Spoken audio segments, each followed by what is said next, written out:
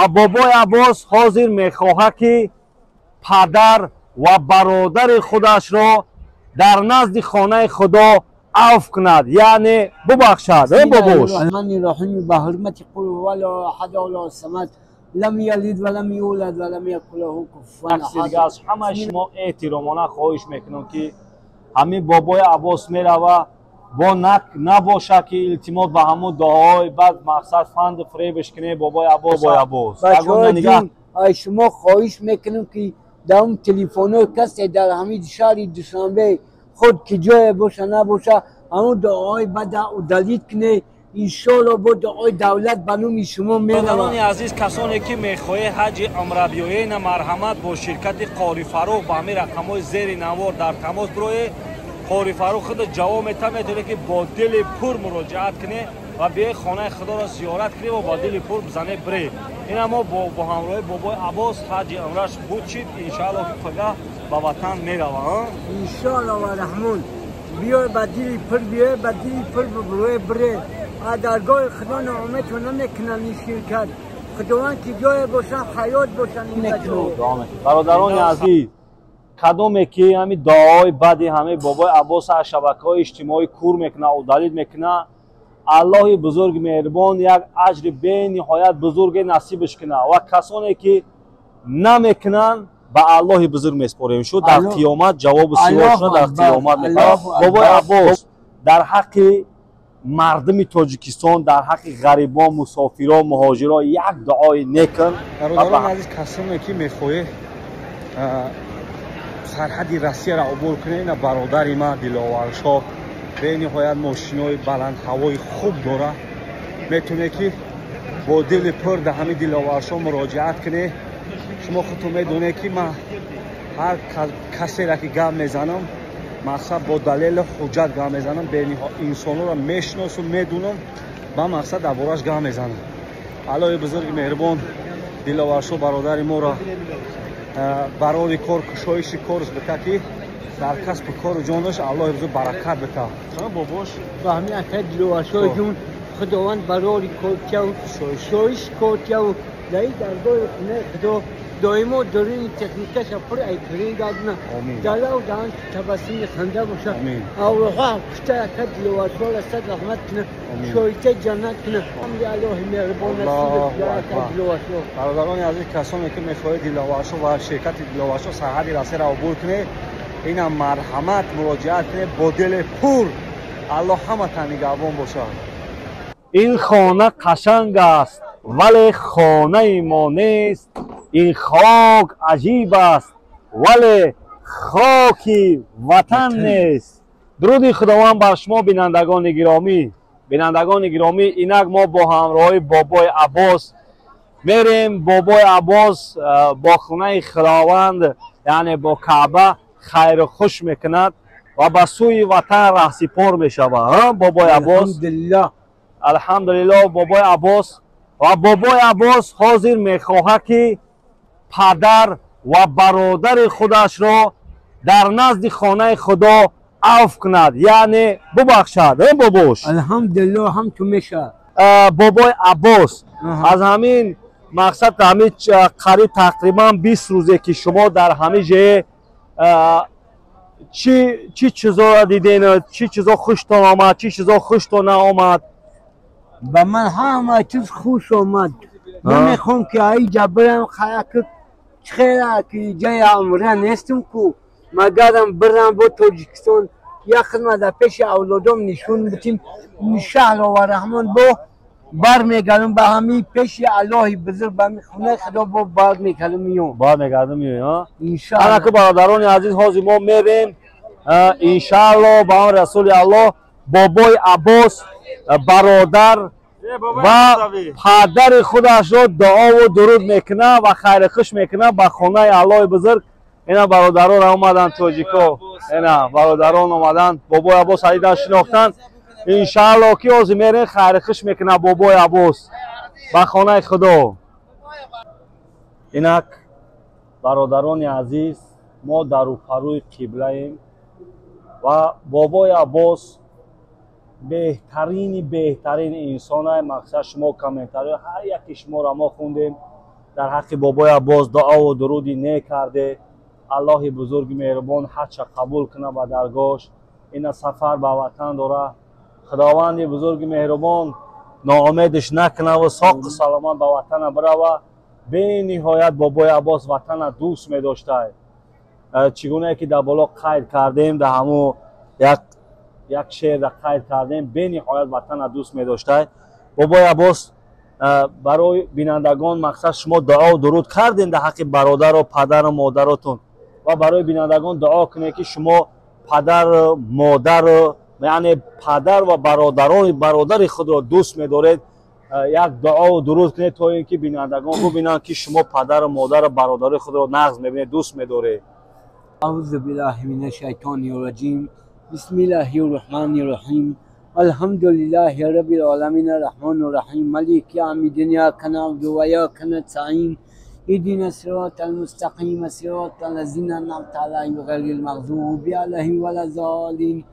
بسم الله الرحمن الرحیم. به حرمت قل هو الله احد الله الصمد لم یلد ولم یولد ولم یکن له کفوا احد.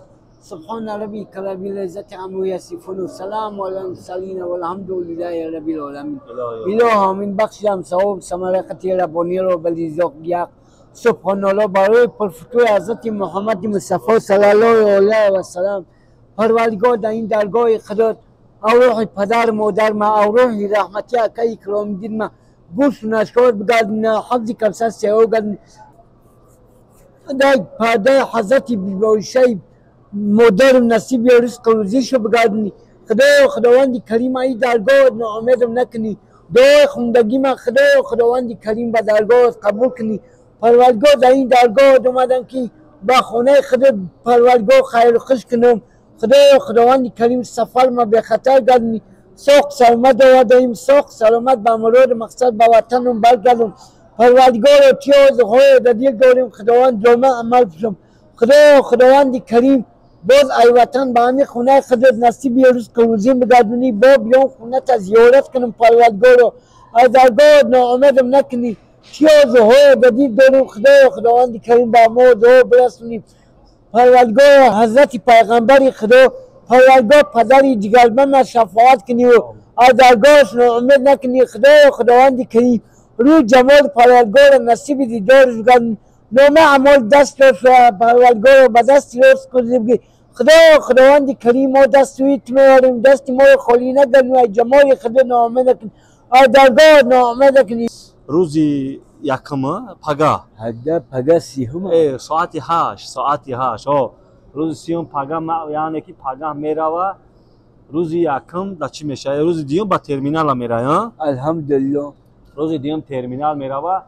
بعد غرم که میره؟ غرم هم ترمینال کی رفتم هم ترمینال میزنم. ما میره وطن میره. خیلی برادرو کسانی که میخوای بابای عباس ببینین با روزای یکم دیما در ترمینال یا بس سیمم گون خاتون میکنه. بس ما در ترمینال اینا مرحمت بابای عباس بره بینه زیارت کنه.